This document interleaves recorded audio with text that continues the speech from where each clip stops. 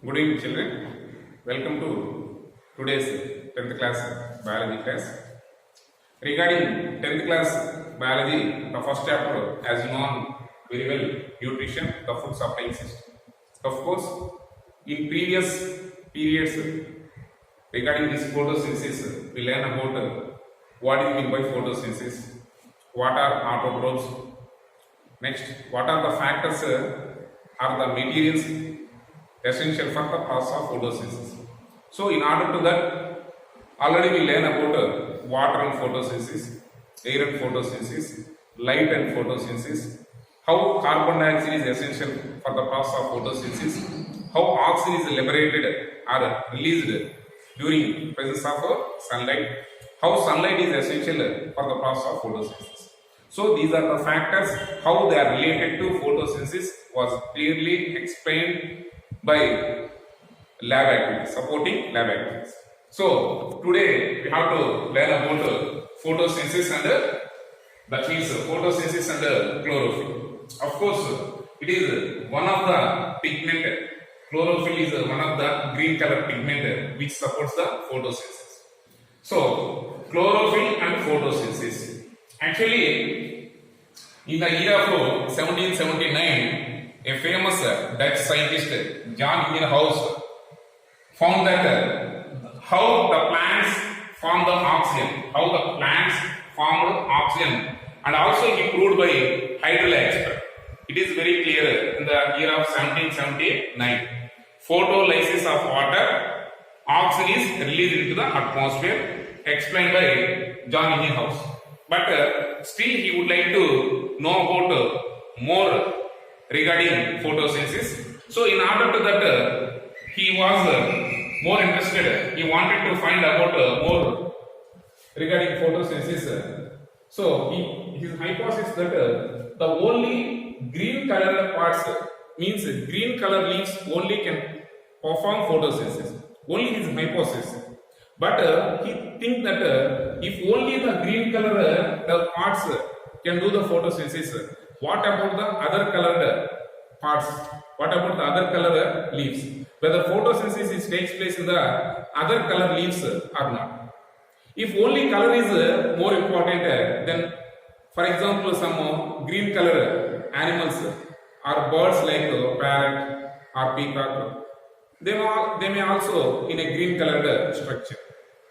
They can perform the photosynthesis? No, it is not possible. So that only green color is not a criteria for making a photosynthesis process. So, after Janardhan's proposition, next several scientists came forward during the middle of the 20th century. So, in order to that, two more scientists are very famous because Pellitter and Cavendish, these two more scientists came forward and they were famous because of both of them were who obtained and extracted the green colored portion from the leaf. It is possible in the year of 1817 after 4 decades of Janardhan's proposition. It is very clear. So the chlorophyll name was given by both of them, Pellitter and Cavendish. According to them, the chlorophyll means a green colored leaf.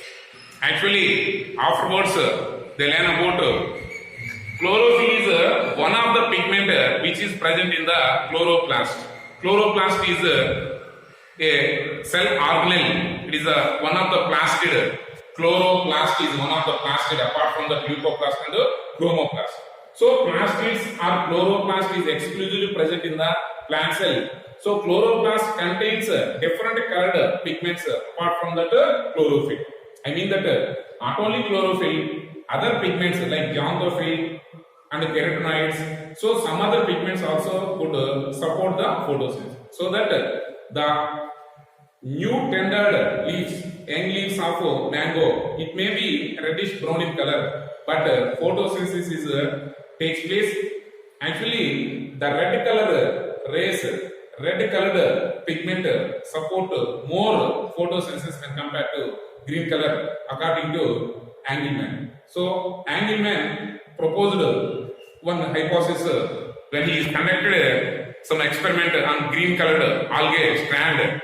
So when he exposed it to sunlight to that algae strand, the light rays, visible rays 400 to 700 nanometers like red and blue color rays are very much optimum for the process of photosynthesis. It is clear. Next, now actually what is the exact site, what is the exact place takes place of photosynthesis? So where does photosynthesis takes place? Actually after these both of them chlorophyll and I mean the pellucid and cavity proportion of chlorophyll. Next after 6 decades, I mean that in 1870, after 6 decades, nearly 60 years after, in 1883, so who came forward? Julius Van Sachs. Julius Van Sachs came forward and he observed that chlorophyll in plant cells is not spread throughout the cell, but it is found rather than in one cell organelle within the cell, that is called as a chloroplast. So chloroplast, the name chloroplast was given by Julius Van Sachs. The name chlorophyll was given by pellucid and cavity. So this is about photosynthesis. Next, photosynthesis and chlorophyll. Next, Daniel Arnan, who was extracted the chlorophyll pigment from the chloroplast. Now it is very clear about chlorophyll and photosynthesis. So chlorophyll is one of the pigment which is supporting the photosynthesis apart from the other pigment. It is very clear after Daniel Arnan. It is clearly given in the do you know about chlorophyll and photosynthesis. So next we move to the structure of green colored leaf. The transverse section means the transverse layer of leaf. When we have to take a leaf and we have to cut into a fine section, when we place it on the glass slide, then we observe under the microscope the transverse section of leaf, it is appearing like this. See, we have different layers. First one is cuticle. This is called as upper cuticle. So next upper epidermis. It is the foremost layer of plant tissues, dermal tissue. So epidermis, which is covered by cuticle, which can protect from the external force. Next upper epidermis, after we have two layers, parasite parenchyma. Parenchyma means it's a soft tissue, so which contains more chlorophyll. So the more number of dots resembles more number of chlorophyll. So that is why the upper layer of the leaf is more shine and more green in color when compared to the lower epidermis. So why upper surface of leaf is more shine and more green color when compared to lower surface? They may ask this question. Next, these are the parasite parenchyma. Parasite parenchyma is regular in shape, regular in shape, and also dumbbell in the structure. Next, in the center of the leaf, we have a vascular bundle like xylem and phloem. So xylem is a dark red in color with a hexagonal like structure which contains the water conduction. Phloem for the transportation of food substances. Already we learned in 9th class plant tissues, conductive tissue or vascular tissue, xylem for water and minerals transportation, phloem for the food transportation. It is clear. So xylem and phloem both are called as a conductive tissue or vascular tissue. This is parasite parenchyma, which is arranged in a poles like structures, means pole like structure, which are having a more number of chlorophyll. Next, this is called as a spongy parenchyma. It is a small rocks-like structure, but there is a irregular in shape and some intercellular spaces also present. So this is called as a spongy parenchyma. After that, next we can find out some air spaces regarding that lower epidermis. So the lower epidermis space, we can find out some air spaces which is useful for exchange of gases. Next, this is a stomata. So stomata is the opening and closing structure the stomata is protected by the guard cells. The stomata is an opening and closing structure. Already we learned in 9th class, second lesson, plant tissues, the structure of stomata. So the stomata is protected by the guard cells. So this is a lower epidermis.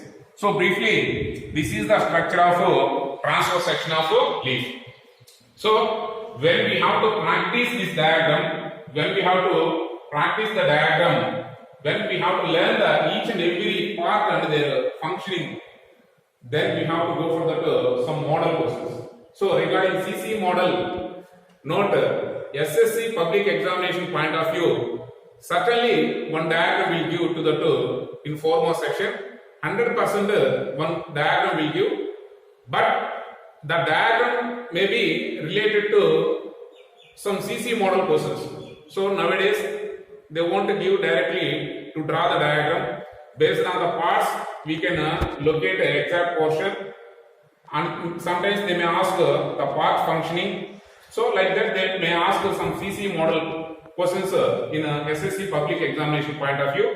So for sake of some examples, I wrote up on the board. See, write the differences between a parasite parenchyma and spongy parenchyma. I mean that this is the parasite parenchyma and this is the spongy parenchyma. So they may ask questions like this. Write about the 4 differences or any 2 differences between the parasite parenchyma and spongy parenchyma. Of course, parasite parenchyma and spongy parenchyma, both of them we call as a mesophyll. Mesophyll means it's a very soft structure, mesophyll. But parasite parenchyma is having a bowl-like structure which are arranged in the regular shape. These are irregular shapes, some air spaces, less chlorophyll. This is a more chlorophyll. So like that we have to complete this person. Parasite parenchyma and spongy parenchyma. Next, write the functions of stomata. So stomata is a opening and closing apparatus which is present in the lower epidermis. Its main duty is exchange of gases. Exchange of gases. So during the night time, the carbon dioxide is entered into the leaf through the opening of stomata. So then the oxygen is released into the atmosphere. So the exchange of gases takes place through the stomata. So like that they will ask this the functions of stomata. And even they may ask to that write the differences between xylem and phloem. Xylem and phloem. So the third person may ask xylem and phloem. Write the differences between the xylem and phloem. So this is the information which is providing a transverse section of a leaf. So each dot resembles clearly indicates that it is a chloroplast, structure of a chloroplast. So next class we have to learn about the structure of chloroplast and mechanism of photosynthesis. Structure of chloroplast and mechanism of photosynthesis.